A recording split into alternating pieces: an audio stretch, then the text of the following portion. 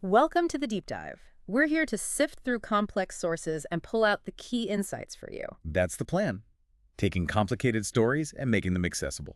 And today we've got a really fascinating one. We're diving into the King of Terror. Now, it's technically speculative fiction, but we're going to treat it, for our purposes, as if it's a factual account, like a leaked dossier almost. Right, a window into a hidden piece of history, alien plots, human conspiracies. It's got it all. Exactly.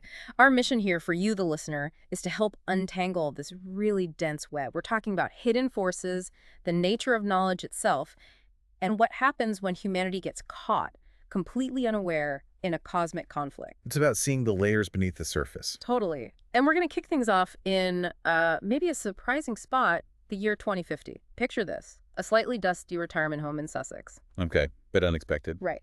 And there's an interviewer talking with Brigadier General Sir Alistair Gordon Lethbridge-Stewart, military legend. He's 121 years old. 121, wow. Still around. Still sharp, too, apparently. And he starts dropping these incredibly cryptic remarks, talking about past alien encounters, mentions something called the Wero. Ah, yes, the devil goblins from Neptune, as he puts it.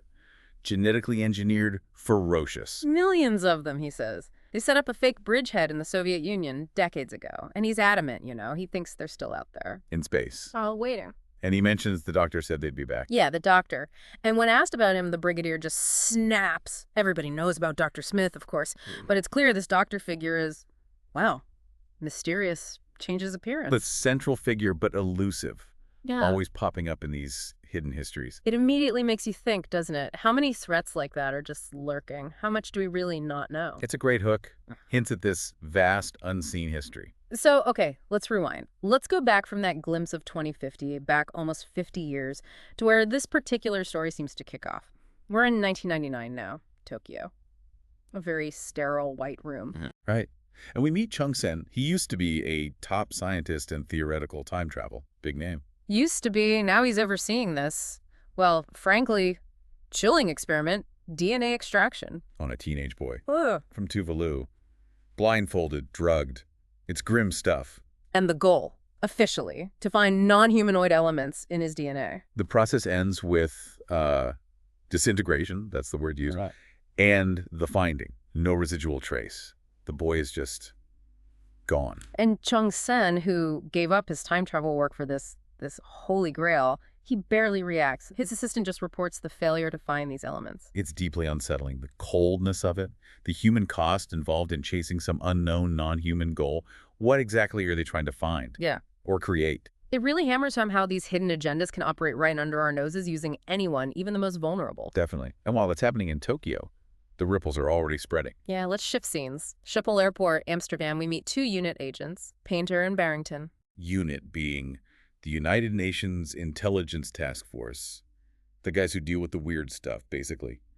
Alien threats, paranormal events. Their mission here, they're tracking a Ukrainian guy, Sergei Bulygin. And he's carrying something nasty. A briefcase. Metallic. Full of plutonium. Enough, as Paynter puts it, to blow the plane into orbit. He's heading to Los Angeles. And Paynter, he's got this sort of cynical working class perspective. He even tells a story about his grandfather, poverty, Dunkirk, then just discarded at 63. It adds a real human layer, doesn't it? These aren't just faceless agents. They're people with backgrounds dealing with extraordinary, dangerous situations. Absolutely grounds the whole thing. Okay, so Bulygin's heading to L.A. with the plutonium. Now let's jump over to L.A. itself. The fifth Doctor arrives, along with Tegan and Turlough. Place is described as pretty gaudy. Classic LA description. And almost immediately they run into trouble. Or rather, a warning. Yeah. An American guy pulls the Doctor aside. Tells him about a terrorist group. Yeah, the Sons of Nostradamus. Says they're like your IRA boys. Bombing places, TV studios, internet cafes, public buildings. And their motive. They think they're fulfilling Nostradamus' prophecies. About the end of the world. Specifically, the great king of terror is coming down from the skies. Wow. So you've got ancient prophecy being used to justify modern terrorism. That's quite a mix. It really is. And just as we're processing that, we get introduced to another player, InterCom. The multinational conglomerate. Big, shiny corporation. Seems that way. But its president, Stephen Joyce, is the one welcoming Bulygin and his plutonium suitcase to L.A. Ah, okay. the connection. So InterCom wants the plutonium. Seems like it. And the source mentions InterCom's internal security is second to none. They're ready for political factors surrounding Bulletin's arrival. This isn't just business as usual. No, this sounds like a major, very well-funded operation. And probably not entirely legal, given the cargo. So how does this all start to weave together? The Tokyo experiment, the plutonium, these Nostradamus terrorists, InterCom. It feels like a lot of loose ends. It starts to tighten up pretty quickly, unfortunately, for Turlough. Right, Turlough. He gets drawn in by LA's money culture, wanders off, gets drunk. And gets nabbed by an InterCom agent named Eva Oblon. And what follows is, well, it's brutal. Torture, prodding, lasers, even an anal probe. Blood samples taken, they threaten him with a drill. Horrific. But through this agony, he figures out what InterCom really is. It's not just a company, it's a front. Exactly. A front for an alien race.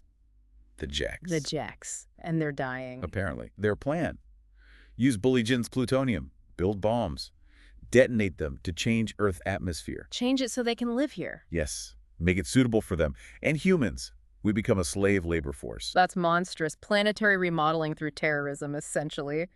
And genocide. He raises huge ethical questions, right?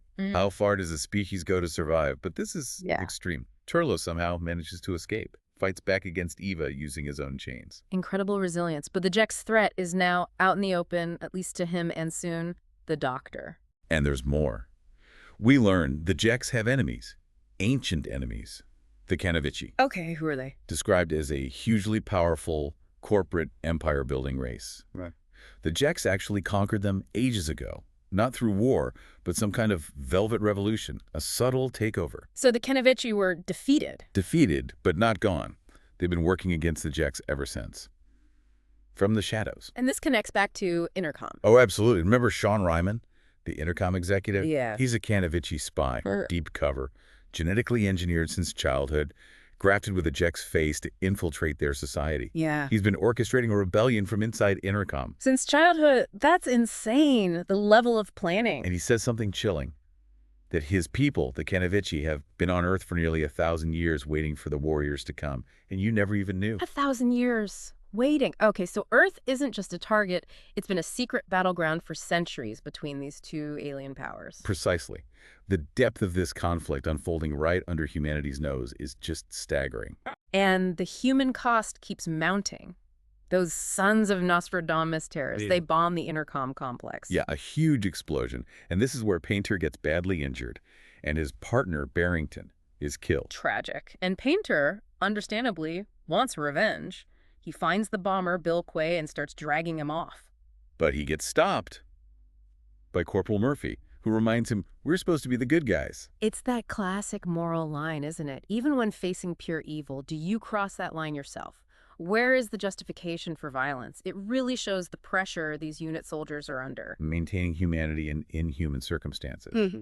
And then there's another layer of manipulation. Oh, yeah. The CIA. Turns out they knew about aliens all along, for decades. Seriously, Right. the CIA, led by this figure called Control. Who apparently has this old rivalry with UNIT. And Control, to admit something stunning, the CIA helped the Canavitchi. Helps them out. They helped get that Canavitchi spy, Ryman, inside the Japanese complex, the one Chung Sen was running, to steal the Jex DNA research. Wait, back in Tokyo, they facilitated that, knowing it was probably a suicide mission for whoever went in. That's what Control claims. He says the CIA knew about the Jex and the Canavitchi. They were playing a long game. Okay, this is blowing my mind. If the CIA knew, what else have they been involved in?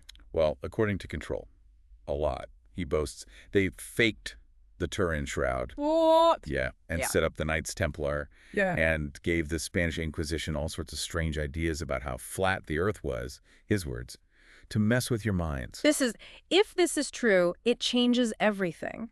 Major historical events, religious beliefs, manipulated by the CIA. To what end? Control implies it was all part of watching humanity, understanding how belief systems worked, maybe preparing for this very alien conflict, diverting attention. It's terrifying to think that history, as you know it, could be a construct. Utterly terrifying. And then comes the big confrontation.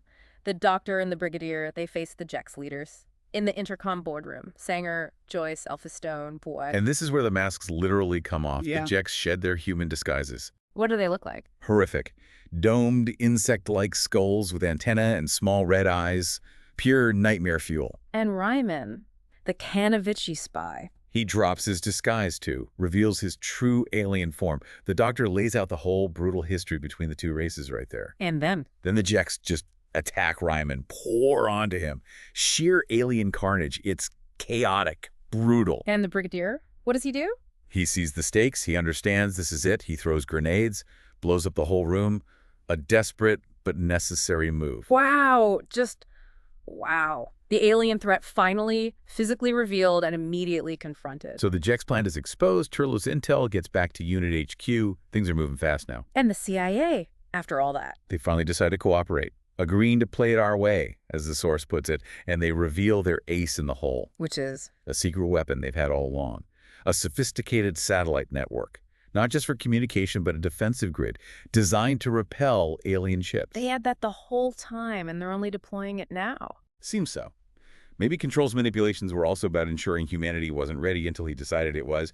Anyway, the Doctor, the Brigadier, Paynter, they raced to Griffith Park Observatory to activate a booster for this grid. An unlikely team, heading off to save the world. CIA tech, Unite manpower, and the Doctor. Old rivals forced together. Yeah. And just in time, the Jex fleet arrives. And so does the Canavitchi fleet. Both of them.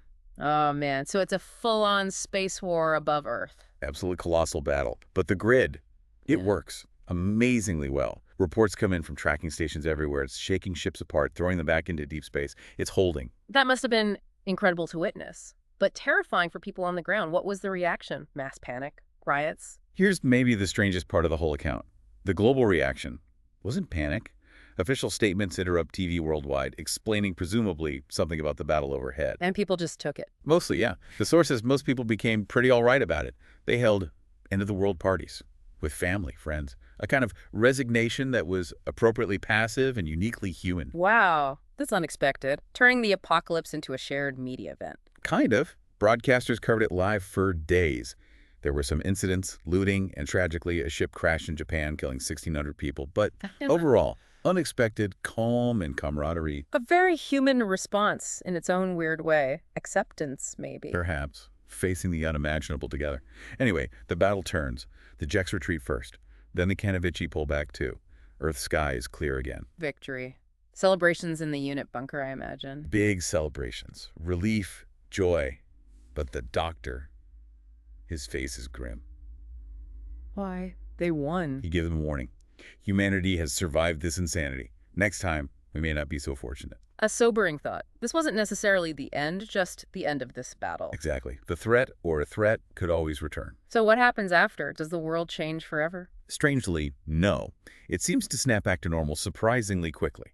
InterCom just quietly closes its offices worldwide, like it never existed. People try to process. Tegan, Paynter, they've been through hell, and they're loose ends, right? Like that captured InterCom agent, Michelle Stonebringer. Right. Unit interrogates her, but she stays silent. More secrets, probably. Locked away. And years later, in 2052, we get that memo from the Brigadier, confirming the events for a book, War in Space, The Real Story. He praises a Sergeant David Milligan, agrees to be interviewed. But pointedly says Dr. Smith won't be available. Still protecting the Doctor's anonymity, even then. And what about Control, the CIA guy? The account leaves him watching a San Francisco sunset, still reflecting on alien infiltration, and he repeats his claims, almost boasting. About faking history. The Shroud, the Templars, the Inquisition. All of it. We'd seen how much you guys are into your ridiculous religions. His words. And that final chilling line. We've been on Earth for nearly 1,000 years waiting for the warriors to come, and you never even knew. 1,000 years. Waiting. Manipulating. It just, it recontextualizes everything. Human history as a managed stage for an unseen conflict. It's a profound takeaway from this deep dive. The universe depicted here is infinitely more complex, more dangerous than we usually think. Ancient alien conflicts playing out right here, with us often just pawns. It forces you to question everything. What's real history? Who holds power? What forces are really shaping things? And you see how information gets twisted, how prophecies get co-opted, how even the supposed good guys operate in these deep moral gray areas to achieve their goals. So, wrapping this up, if we take this account, even as speculative, seriously for a moment, if powerful groups like this version of the CIA were messing with your minds, as Control put it, for a millennium, manipulating belief, shaping history for their own ends. Ends you didn't even know existed, like preparing for an alien war? And what else? What other fundamental facts about our world, our history, our reality might be completely engineered, designed for purposes we can't even begin to imagine? That's the question to leave you with. What else don't you know?